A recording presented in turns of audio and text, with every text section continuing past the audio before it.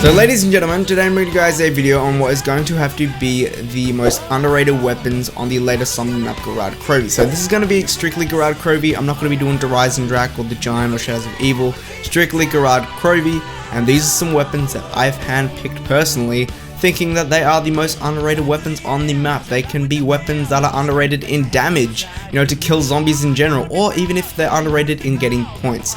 These are just some underrated weapons that I've picked out, and I thought I'd make a video on them. So hopefully you enjoyed this video. If you did, be sure to smack a like on it. Shows you guys really supported my video. Subscribe to the channel if you are new to stay up to date with all my zombies content, because you don't want to miss out on that shit. It's some pretty good quality shit. And comment down in the comment section below, what is the most underrated weapon in your opinion? I'm very curious, and it can be on any map.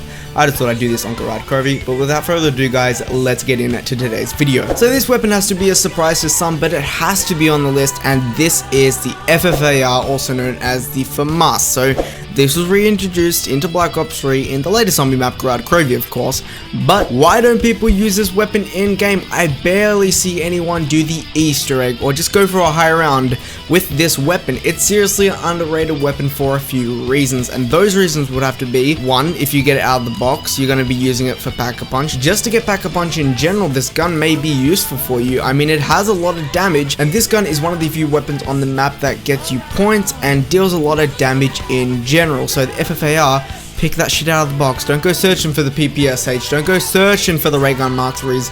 If you get the FAMAS out of the box, come on, just use it. It's a pretty good gun. Now this weapon, a lot of people may be thinking, why did you pick this one? What's the point of even having this weapon? And this has to go to the L4 Siege. Now the L4 Siege, it's a goddamn rocket launcher. You thought the XM53 was bad?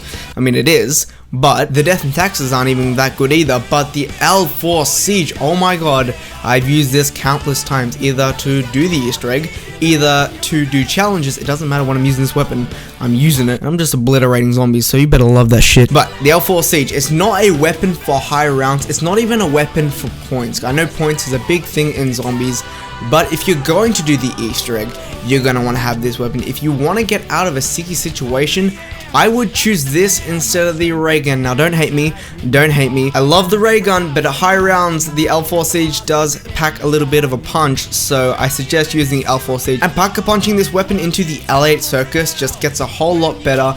And just looking at the weapon, it just looks goddamn sexy. So why not use this weapon? It's pretty good. It's not a weapon for high rounds, but it's good to do obstacles or even just use in challenges in general. Speaking of weapons that kind of pack a punch, I really need to stop saying that joke. This gun, a lot of people don't know that it's actually on Gorod Krovi, and this has to be the KRM shotgun. Now, shotguns are good. For me, I like to use the KRM for a few reasons. If I want to grab this weapon out of the wall, all I gotta do is open up one door, get 750 points, and there you are. Now you may be thinking that's kind of like a starting weapon. It's not, because let's say you have a wall power. You can have that wall power and it gives you a Pack-a-Punch weapon for the earlier rounds. Either you're doing Pack-a-Punch, even if you're going for high rounds, get Blast Furnace on this thing, get Dead Wire, preferably Blast Furnace, as it's a little bit more better. But once you have Blast Furnace, you're pretty much set for high rounds, and this gun does not lose any damage. It just kind of, sucks in the later rounds, but it's good for the lower rounds. It kind of gives you some points. It's not the best point hoarder, but it does make do for the lower rounds. Speaking of points, we got some weapons on Gorod Krovi that a lot of people don't use because they're going for the PPSH. They're going for a different weapon that may get you some more points,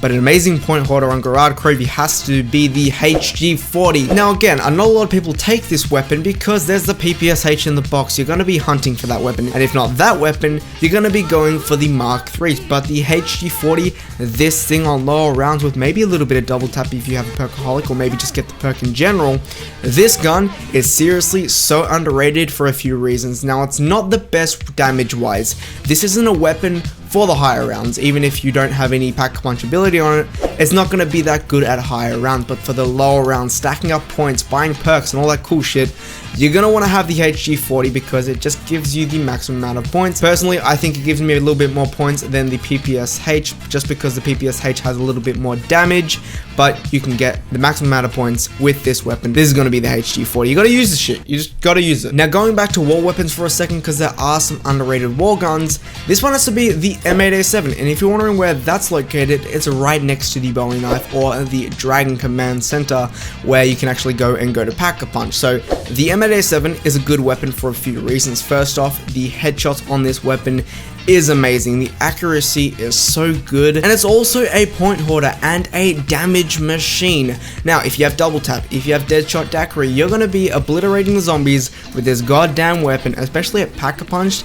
It has a cool sound. That's one of the reasons why I've chosen this weapon. It's got a really cool sound, Pack-a-Punch, and it's one of my favorites. And again, the pros of buying a wall gun is that you can get ammo at any time you want. It will cost you like 4,000 points, but it is worth it than actually running around the map trying to grab the max ammo when you actually can't get one. Now, all the weapons on the list aren't going to be shotguns, submachine guns, and assault rifles. We're going to put a sniper on this list, and this sniper has to be the Locust. Now, the Locust is a box weapon, and I think it's very common to get out of the box just because there are better weapons to get in the box, and they've kind of died down the chances of this being rare, so it's pretty common. You can grab this out of the box, and at round 20, Unpack-a-Punched, this gun gives you one-shot headshots. You could pretty much call this the Draken 2.0 for all I care. But going back to the Locust, it has one-shot headshots on Pack-a-Punch at round 20, and then you switch it over to the Pack-a-Punch version, and it just gets a whole lot better. I mean, this weapon with the Manglers, which are the Russian mechs, if you guys didn't know what they are, they're pretty much the little bit of a boss zombie that we have on the map. You're going to give them so much damage that these zombies or Manglers are just not going to handle them, and this is a gun that has a pretty good hip fire rate, so the Locust is a pretty underrated weapon, and it is a really good one to use just for fun if you want to switch up the game, if you want to do a sniper only challenge, or if you just want to play